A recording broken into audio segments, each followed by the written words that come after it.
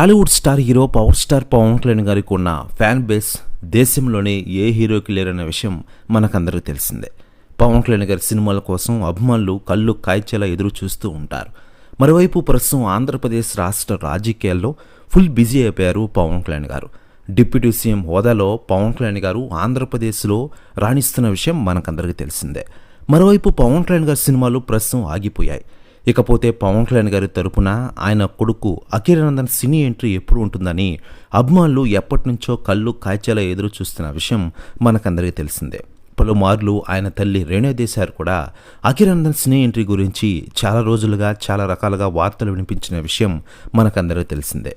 అయితే ఇటీవలే ఆంధ్రప్రదేశ్ ఎన్నికల్లో పవన్ కళ్యాణ్ గారు ఘన విజయం సాధించడంతో పవన్ కళ్యాణ్ గారి వెంట అఖిరానందన్ తిరిగిన ఫోటోలు వీడియోలు నెట్టింట్లో వైరల్ అయిన విషయం మనకందరికీ తెలిసిందే.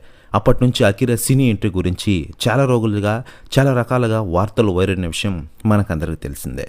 అయితే లేటెస్ట్గా అందుతున్న సమాచారం ప్రకారం అఖిరానందన్ కోసం రంగంలోకి దిగుతున్నారట రాజమౌళి నాన్న విజేంద్ర ప్రసాద్ గారు.